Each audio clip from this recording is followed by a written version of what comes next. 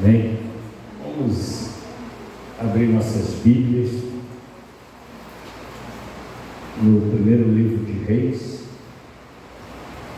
Primeiro livro de Reis.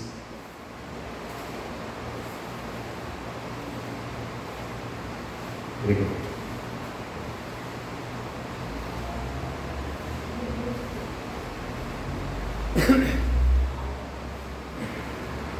Capítulo 18, 1 Reis 18, nós vamos ler só alguns versículos, a partir do versículo 30, eu não conheço o trecho, né?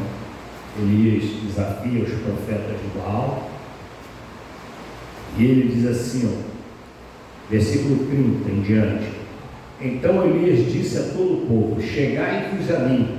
E todo o povo se chegou a ele, e restaurou o altar do Senhor que estava quebrado. E Elias tomou 12 pedras conforme ao número das tribos dos filhos de Jacó, ao qual veio a palavra do Senhor dizendo: Israel será o teu nome. E com aquelas pedras edificou o altar em nome do Senhor. Depois fez um rego em redor do altar, segundo a largura de 2 medidas de semente. Então armou a lenha e dividiu o bezerro em pedaços e pôs sobre a lenha, e disse: enchei de água 4 cântaros e derramai sobre o holocausto e sobre a lenha. E disse: fazei-o segunda vez. E o fizeram segunda vez. Disse ainda: fazei-o a terceira vez. E o fizeram terceira vez, de maneira que a água corria ao redor do altar, até o rego ele encheu de água. Sucedeu que no momento de ser oferecido o sacrifício da tarde, o profeta Elias se aproximou e disse: ó Senhor Deus de Abraão, de Isaque e de Israel, manifeste hoje que tu és Deus em Israel, e que eu sou teu servo, e que conforme a tua palavra fiz todas essas coisas. Responde-me, Senhor, responde-me, para que este povo conheça que tu és o Senhor Deus, e que tu fizeste voltar o teu coração. Então caiu o fogo do Senhor e consumiu o holocausto e a lenha e as pedras e o pó, e ainda lambeu a água que estava no rego. E o que vendo todo o povo, caíram sobre os teus rostos e disseram: só o Senhor é Deus, só o Senhor é Deus. Até aqui. Fala, Deus, ao nosso coração. Ó Deus, recebe toda a honra e toda a glória em nome de Jesus. Amém. Irmão, podeis sentar. É só uma reflexão, né? É um culto de oração, um período pequeno de reflexão, mas não podemos deixar de termos uma reflexão, porque somos alimentados pela palavra de Deus, na verdade, somos tratados pela palavra, tratados diretamente por Deus. E nós vimos aqui uma situação onde Elias convocou os profetas para que fosse tomada uma decisão, para que fosse ver quem é Deus e quem não é Deus, porque havia lá um outro sacerdócio, e era um sacerdócio falso, onde havia muitos profetas também, mas não era de Deus. Mas para o povo eles falavam como sendo de Deus. Nós estamos vendo nesse tempo, eu postei para os irmãos, postei uns vídeos para os irmãos no grupo da igreja, né? Algumas situações que têm acontecido, o pastor explicando a respeito do surgimento de uma nova religião que será que vai tentar unificar as 3 maiores religiões do país não, do mundo, não é verdade? Que é o cristianismo, o islamismo e o judaísmo, que são todas da mesma essência e vão tentar unificar isso, porém todas teve um propósito, né? teve modificações nas religiões, o judaísmo principalmente, no que o véu foi rasgado de cima a baixo, o templo foi destruído, Jesus Cristo pagou pelo pecado de toda a humanidade. Agora você pode, como nós pregamos essa semana, né? O véu foi rasgado de cima para baixo, ou seja, Deus liberou o acesso para nós estarmos na presença dele. Então, para que serve mais o judaísmo? Se não tem mais necessidade de sacrificar mais e nem tempo a mais, não é verdade? Então, irmãos, o templo agora somos nós, o Espírito Santo, aquele Espírito que ficava além do véu, agora está em você, está em mim, amém? Está em mim, de forma que nós também precisamos ser um lugar santo, um lugar separado, amém? Porque antigamente era fácil, você fazia o que era, até parecia até ser fácil, né? Você faz o que você quer e depois você deixa o profeta se virar lá com Deus, o sacerdote se virar com Deus, ele que oferece o sacrifício pelo pecado dele e pelo seu, porque é ele que vai entrar lá na presença de Deus. Mas agora, essa responsabilidade não é mais do sacerdote, essa responsabilidade agora é de cada um de nós. Cada um de nós, cada um de vocês são o templo do Espírito Santo. Tem obrigação de ficar em santidade, tem obrigação de estar preparado para ser usado por Deus. Se não tiver, aí é com você e com Deus. O sacerdote agora só ministra, só ensina a verdade, compromissado com a verdade, com a palavra, né? E aí a responsabilidade, cada um tem responsabilidade sobre si diante de Deus. Amém? Não mais o sacerdote. E ele diz assim, então Elias disse a todo o povo, chegai-vos a mim. E todo o povo se chegou a ele e restaurou o altar do Senhor que estava quebrado. Não falou aqui que Elias restaurou o altar. Ele está falando que ele chamou o povo se chegou a ele e restauraram o altar do Senhor. Certamente que ele, juntamente com o povo. Porque Deus não é Deus de Elias. Deus é Deus de Israel, e Elias é de Israel, e o povo era o povo de Israel, irmãos. Amém? O Deus não é o nosso Deus, não é o Deus do pastor Carlos, é o Deus da igreja. Ele é meu Deus e é também o seu Deus. Aí quando Deus chama ali, Elias chama o povo, eles restauram o altar. Olha só, primeira coisa, às vezes as pessoas querem coisa de Deus, quer vitória, quer que aconteça isso, quer que abra porta daquilo, quer que faz aquilo outro, mas o altar não é restaurado. O profeta chama, cadê o povo? Quer ver um milagre, irmão? Tem que ouvir a voz de Deus. E a voz de Deus estava com quem? Com o profeta. Por que Deus, que ele fala aqui depois, né? Ele vai para que o povo veja que o Senhor está comigo, está comigo. Por quê? Porque é Deus quem opera, não é o profeta. Então Elias, quando ele foi fazer aquilo, ele podia ter feito independente, mas não, ele pegou a participação do povo. Então, depois que os profetas de Baal lá gritaram o dia inteiro, a manhã inteira, não aconteceu nada, aí ele falou assim, agora vou chamar o povo de Deus. Chamou o povo de Deus. Se o povo não vai, acontecia alguma coisa? Se o povo não vai, Deus leva Elias, porque o propósito, se é só Elias, ele leva Elias, igual ele fez, levou na carruagem de fogo. Mas o propósito de Deus, a vontade de Deus, é que todos sejam salvos. Deus não quer salvar só o pastor Carlos e a irmã Luzia. Deus quer salvar toda a igreja. Amém? Deus quer salvar a igreja. Então por que levanta o pastor Carlos? Para ministrar a palavra de salvação, de santidade, de santificação. Porque sem santificação ninguém verá a Deus. Sem perseverança ninguém verá a Deus. Sem carregar a cruz não tem Deus. Sem valorizar o terreno, a pérola de grande valor, a gente faz o que com aquela parábola da pérola de grande valor? Faz o que com ela? Porque ali está dizendo, que o reino do céu é assim, você encontrou uma pérola de grande valor, o que você faz? Você vai empenhar toda a sua força naquela pérola. Foi isso que a palavra disse. E às vezes a gente negligencia, fica para lá, para cá, vamos levar no reino assim, vamos mais ou menos. E, meu irmão, tem que haver seriedade, tem que haver empenho.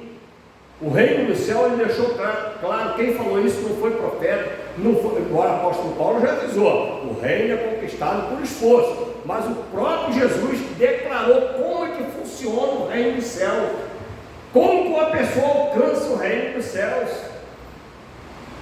quando ele bota todo o seu valor no reino dos céus, amém? As outras coisas ficam secundárias. Depois leiam lá a parábola para você ver do terreno, da pérola, para você ver o que aconteceu. A Bíblia diz que vende tudo que tem para poder investir. Isso está falando de valorizar tudo. Não é você botar no literal, não, é você priorizar o reino em primeiro lugar. Aí Jesus vem e fala assim, isso foi uma parábola. Depois ele vem e fala que é para buscar o reino em primeiro lugar. Não fala que a gente não tem que fazer outras coisas, que a gente não tem coisa para fazer, não tem outras responsabilidades. A gente tem, mas só vamos ter vitória das outras responsabilidades se o reino estiver em primeiro lugar. E o reino em primeiro lugar, irmão, fala de preço. Preço é quando você não pode. Preço é quando você tem dificuldade. É quando te custa, você tem ensinado aqui, é quando nos custa alguma coisa. Nos custa o empenho, nós temos que nos empenhar mais um pouquinho, nós temos que ir mais um pouquinho, nós temos que nos emprestar um pouquinho. Se não houver isso, não está tendo conquista no reino dos céus. Se está a revelia, vai conforme dá, né? Que conquista é essa? Nós estamos vivendo outro evangelho. O reino é desse jeito, irmão, não tem jeito. Não é do jeito que a gente quer, não é do jeito que se ensina por aí. O reino de Deus, porque aí essa igreja foi edificada para ser um caminho, para conduzir as pessoas para o caminho da salvação, não é para conduzir para outros meios. Então o sacerdote é chamado para mostrar a palavra de Deus, como que a palavra funciona, amém? E essa é a palavra. Se alguém falar assim, não, mas a palavra diz isso aqui, aí depois você me diz, porque o reino é isso aí, amém? E ele ia falar assim, chegai-vos a mim. Aí o povo chegou a ele, chegou junto, e todo o povo se chegou a ele, tá vendo? Não ficou ninguém para trás, e restaurou o altar do Senhor, que estava quebrado. Aí quer dizer, havia altares lá para aquele povo todo, para aquele monte de sacerdócio. Os outros altares estavam até em dia, não é verdade? O próprio Deus, quando falou com Israel, ele cobrou Israel porque a casa dele estava largada e eles estavam edificando as suas próprias casas. Deus fala isso nas Escrituras, irmão, questiona o povo. Vocês estão preocupados em fazer a sua casa e a casa do Senhor. Isso aí quer dizer que fala de prioridade no reino de Deus. Então, no versículo 31 diz que Elias tomou 12 pedras, conforme o número das tribos dos filhos de Jacó, está vendo? Aqui entrou já um simbolismo.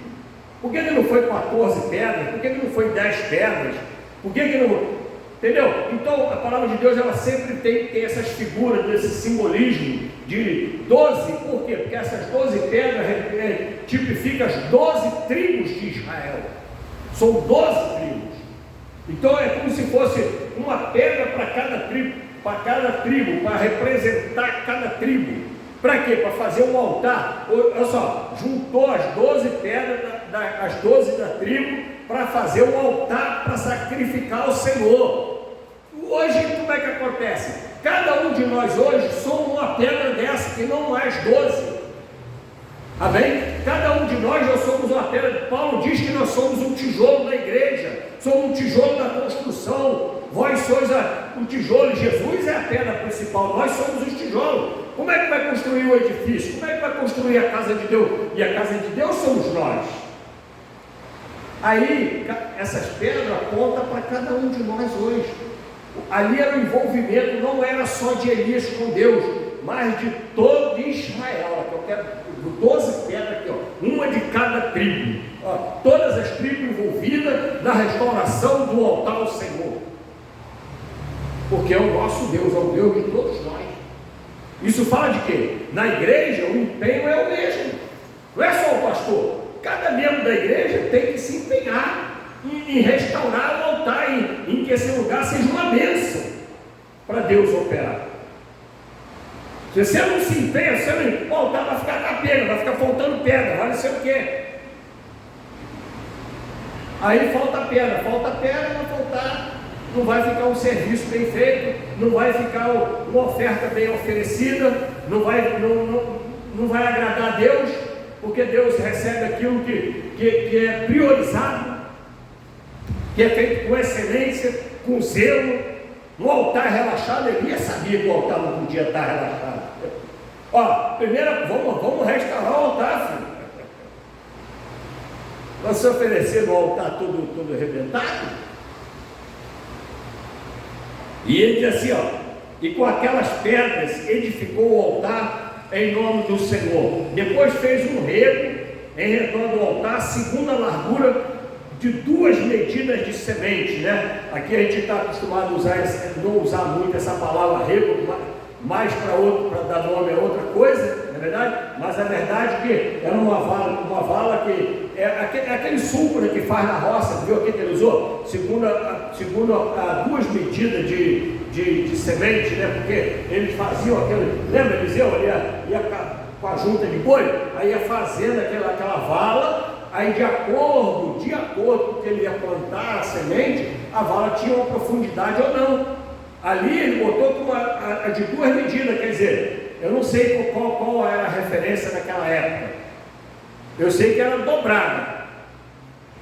Fez uma porção dobrada, né? Para parar a água que caía. E armou a lenha, e dividiu o bezerro em pedaços e pôs sobre a lenha. E disse, enchei de água 4 cântaros e derramai sobre o holocausto, sobre a lenha. E disse, fazei a segunda vez. Fizeram a segunda vez. E disse ainda, fazei a terceira vez. E fizeram a terceira vez. Aqui você está acostumado, você quer botar fogo, você vai ali, pega uma garrafinha de álcool, não é isso? Para botar fogo, de gasolina, de querosene, de óleo diesel, até óleo de cozinha pega fogo, você colocar. Mas na palavra de Deus, o que faz pegar fogo é a água. A água é o tipo da palavra de Deus. Lembra dos discípulos no caminho de Emaús? Quando Jesus ia falando com eles, depois quando eles reconheceram, ele falou assim, acaso não nos ardia o coração quando ele nos expunha as Escrituras? Porque o homem de Deus, quando ouve a palavra de Deus, o coração arde, irmãos. Arde. E é isso que incendeia a gente. Cantar, e incendeia, queima, deixa queimar, não sei o quê. Isso é fácil. Eu quero ver, a palavra queimar dentro do coração. Como os discípulos no caminho de Emaús. E ele falou assim, faz uma vez, faz 2 vezes, faz 3 vezes. 3 vezes, né? Pai, Filho e Espírito Santo. Para que você fique bem fundamentado na palavra. É a palavra de Deus, que é o próprio Jesus, e que é trazida a nós na pessoa do Espírito Santo.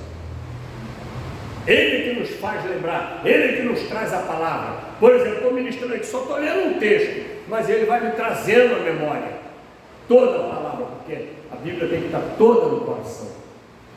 Amém? Toda no coração. Aí você vê que coisa tremenda.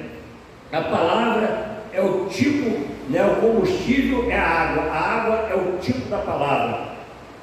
Isso quer dizer o quê? Que se você colocar o combustível certo, se você usar o combustível certo, se você usar a palavra, não uma vez, não 2 vezes, mas 3 vezes, as coisas vão começar a acontecer na nossa vida. Amém? Vão começar a acontecer nas nossas vidas. Às vezes você acha que para acontecer, você tem que fazer outra coisa, você tem que não sei aonde, você tem que não sei o que, você tem que não sei o que lá. Não, primeiro você tem que obedecer a palavra de Deus. Isso é prioritário. Pode ter gente plantando bananeira, pode ter gente flutuando por aí afora, o inimigo pode estar rugindo ao derredor, a circunstância pode estar te impressando, Creia, confie na palavra de Deus. É ela que vai incendiar. É nela que Deus vai operar. Ele fala assim, que ele vela que a palavra dele não volta vazia. Ou seja, vai incendiar. Vai pegar fogo. Deus vai operar. Deus vai fazer a palavra dele funcionar na nossa vida. Às vezes você acha que não, que era outra coisa. Poxa, se eu fizesse isso, se eu fizer aquilo. Não, faz o que diz a palavra. Começa a priorizar a palavra. Começa a botar em primeiro lugar na nossa vida. O combustível para incendiar, para sermos um cristão fervoroso. Cristão fervoroso não é para ser cristão cheio de dinheiro, não. É para ser cristão assim, estão te ameaçando de morte. Se você negar, tu vai morrer. Se você não nega, porque ele está cheio da palavra, está fervoroso. Mas Paulo não vai lá para Jerusalém, que eles vão te matar lá. Ele não só estou preparado para ir a Jerusalém, como para morrer em Jerusalém, se for preciso. Os discípulos se sentiram, no bom sentido, orgulho no bom sentido, de estarem sofrendo açoite por causa de Jesus. Enquanto hoje estão fazendo campanha para ganhar dinheiro, fazendo campanha para virar empresário, e os apóstolos alegres porque a vida deles pioraram. Que antes ele fazia o que ele queria, pegava o barco dele e ia para onde queria, e agora estavam sendo perseguidos, não podiam falar de Jesus e que eram perseguidos. Estavam pagando o preço, irmão. Estavam pagando o preço.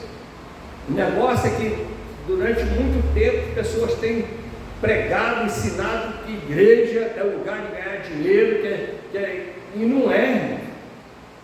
Igreja é plano de salvação eterna.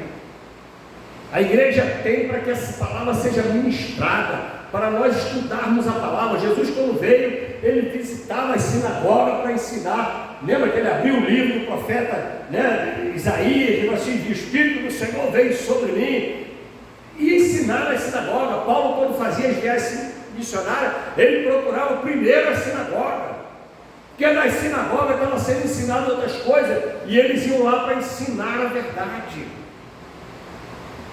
Porque hoje, muito lugar tem ensinado coisas completamente diferentes da verdade. É porque às vezes o negócio parece um pouquinho, cria-se um mito. Não, crente não passa perda, não passa dificuldade. Como não passa se os apóstolos é perseguido e açoitado todo dia? Hoje, tem apóstolo aí, eu estava num lugar assim, aí eu vi uma pessoa e falei assim: isso aqui é meu apóstolo, minha apóstolo, um rapaz novo é apóstolo. Nem sei se ele leu a Bíblia toda. É apóstolo. Eram 12 os apóstolos. Teve um princípio 12, e com Paulo, que era um apóstolo, que é 12 para representar as tribos de Israel, assim como a pedra. Tem o simbolismo, a palavra de Deus tem o simbolismo, não é assim não. Era 12 que representavam as 12 tribos de Israel. Aí Judas morreu, botaram outro no lugar de Judas, e Paulo levantado para ir aos gentios. Amém? Para ser o apóstolo dos gentios, Paulo. Quer dizer, aí terminou ali. Entendeu que Paulo morreu, ele não ordenou Timóteo apóstolo, não ordenou Tito, tudo discípulo de Paulo. Ninguém foi ordenado, eram pastores, presbíteros, que apóstolo era um, porque tinha um sentido, um fundamento. Amém? Aí, mas as pessoas hoje querem ganhar coisa. Aí ele falou assim: fazei cada vez, e fizeram terceira vez, de maneira que a água corria ao redor do altar, até que o rego encheu de água. Sucedeu que no momento de ser oferecido o sacrifício da tarde, o profeta Elias se aproximou e disse: ó Senhor Deus de Abraão. Deus de Abraão quer dizer o Deus de Israel, tudo. Israel começa em Abraão, ali está cercando tudo. Deus de Isaac, de Jacó, porque são tudo filhos de Abraão. E é nosso Deus também, que a palavra diz que nós somos o Israel de Deus. Ele vai então, ó Deus de Abraão, de Isaac, de Israel, manifeste hoje que tu és Deus em Israel e que eu sou teu servo. Amém? Servo é uma pessoa que larga a sua vida para servir a Deus. Ele queria que o nome de Deus fosse glorificado e que ele fosse reconhecido só como servo.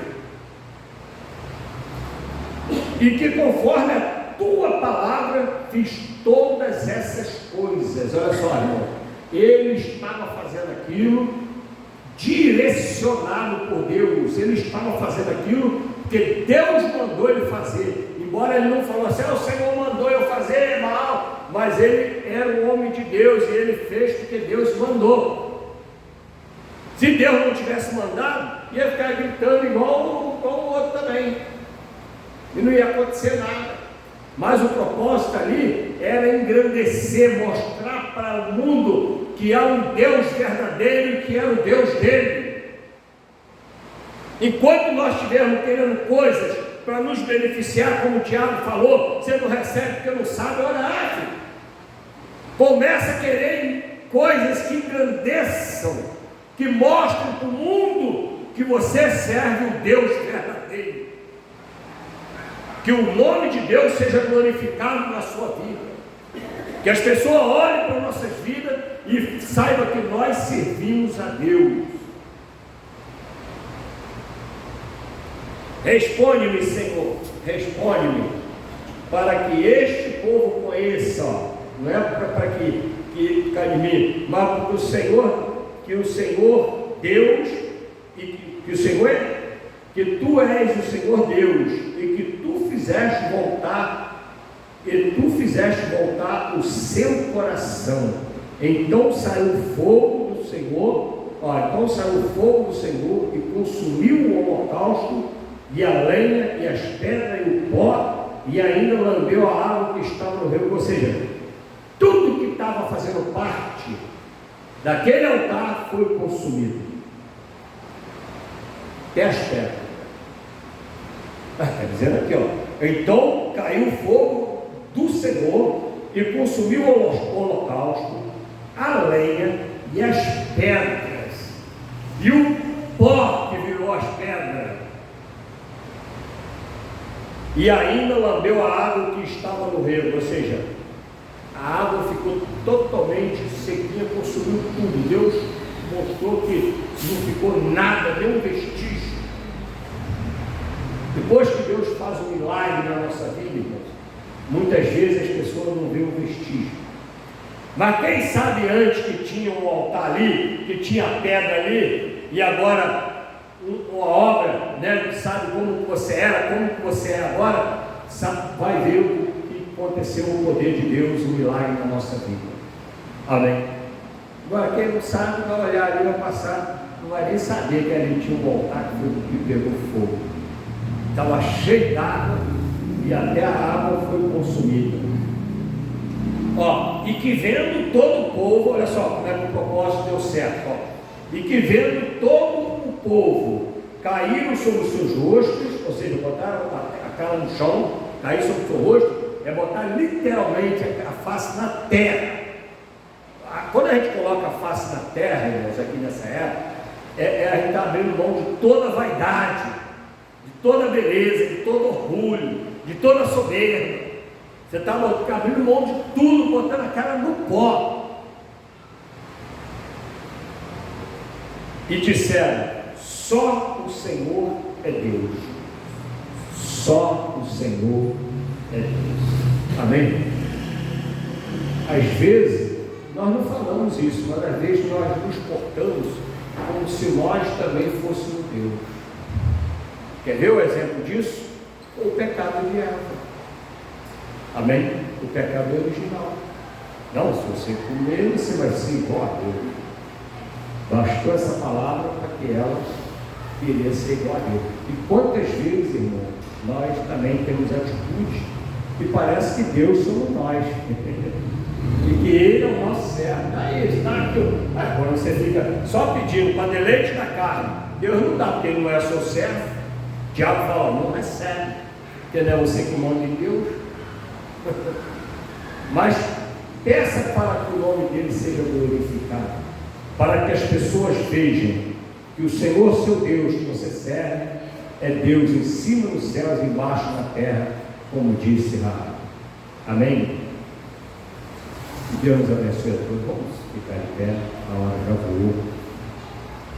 Graças a Deus, até aqui o Senhor tem